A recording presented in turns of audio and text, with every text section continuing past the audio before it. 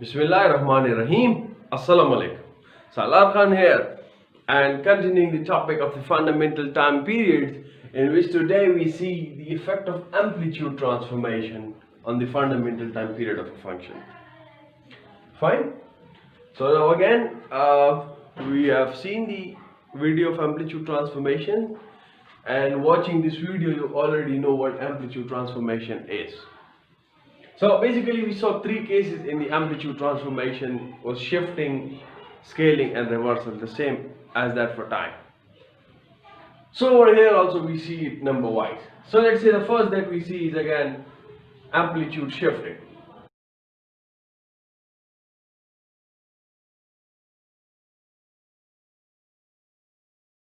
Amplitude shifting is, let's say, the first that we see.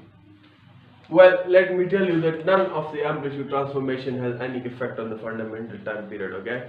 So let's say I write over here that FDP is independent of all the amplitude transformations, which means all the three. Fine. Fundamental time period is independent of all the three amplitude transformations. Now we see it through examples number wise. So let's say the first is amplitude shifting. So we consider an example. Let's say x of t is sine of 2 pi t. The same example that we saw previously. Let's say the amplitude of this is shifted, and let's say we have a shifted version of this signal is, let's say, x shifted. This is equal to 1 plus x1 of t. So which means now this would be sine of 2 pi t plus 1. So now I will show it to you guys. So let's say we have this function over here.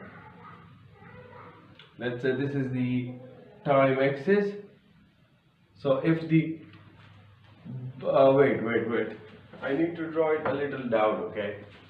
I need to draw it a little down. Let's say this would be fine. This is its time and this is the signal axis. So let's say the blue color represents x of t. So what is x of t? It's like this. It's your sinusoidal input, right? It is your sinusoidal input. Let's say we finish it here. And similarly over here, so it would be like this somewhat.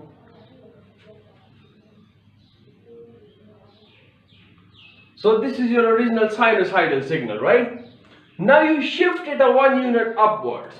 So if this is a negative one and this is a positive one, so shifting it 1 unit upward mean what?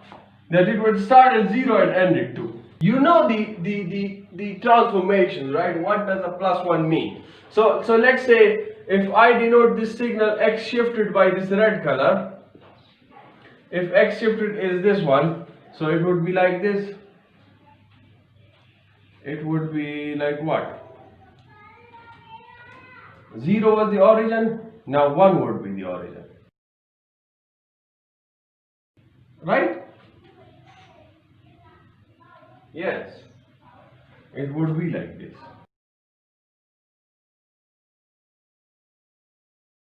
So now I have not drawn it properly, but you know.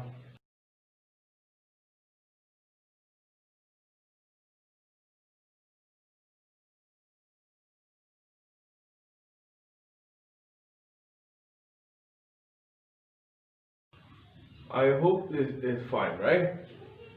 It is. So this is, now this is 1, this is 0 and this is 2. So this is your shifted sinusoid. That we check in the fundamental time period, okay? So for this we know the fundamental time period that omega naught is 2 pi, so t naught is 2 pi over 2 pi is a 1 second. Similarly, over here we also have omega naught equal to 2 pi. So which means that again we have t naught equal to 1 second. Why? Because the fundamental time period only depends on omega naught, and omega naught is the same. T naught is 2 pi upon omega naught. So if omega naught is the same, the fundamental time period would be the same. So have a look. Amplitude shifting has no effect on the fundamental time period. Similarly, now the second case is for amplitude scaling.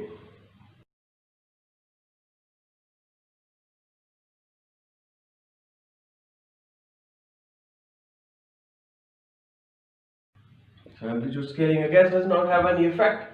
So let's say I give you a signal x scaled of t, SCS of t is equal to, let's say I have it over here 2 times, let's say x1 of t.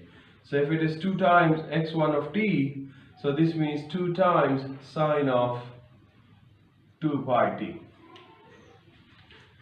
So which means this blue would be the signal, this is the sinusoidal signal, you have multiplied, your amplitude scaled it with a factor of 2. So which means you multiplied the y-axis throughout by 2. So now the amplitude would only be increased. So if I increase this particular line, and let's say this represents -2, so what would happen is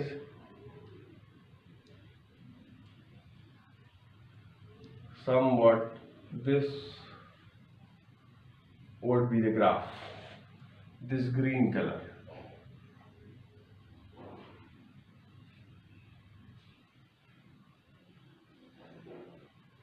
You bring this till the -2 also, okay?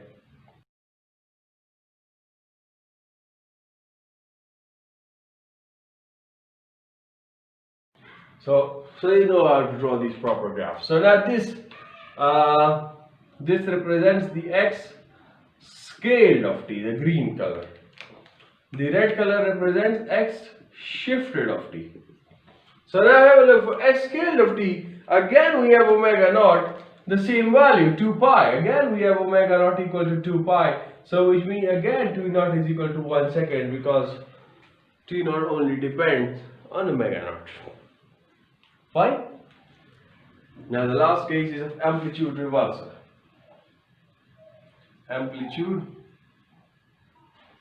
reversal.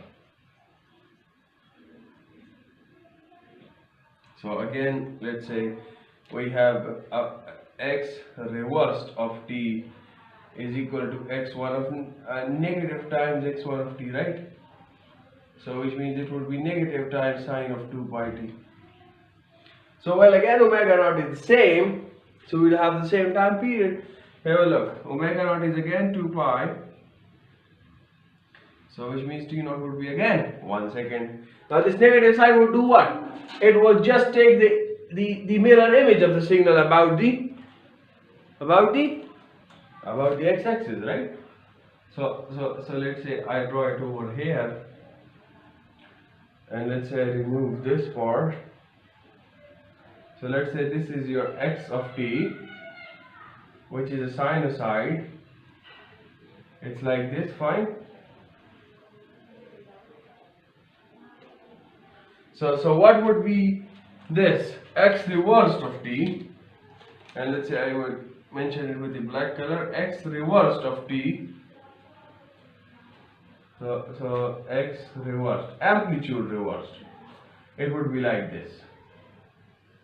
It would be like this.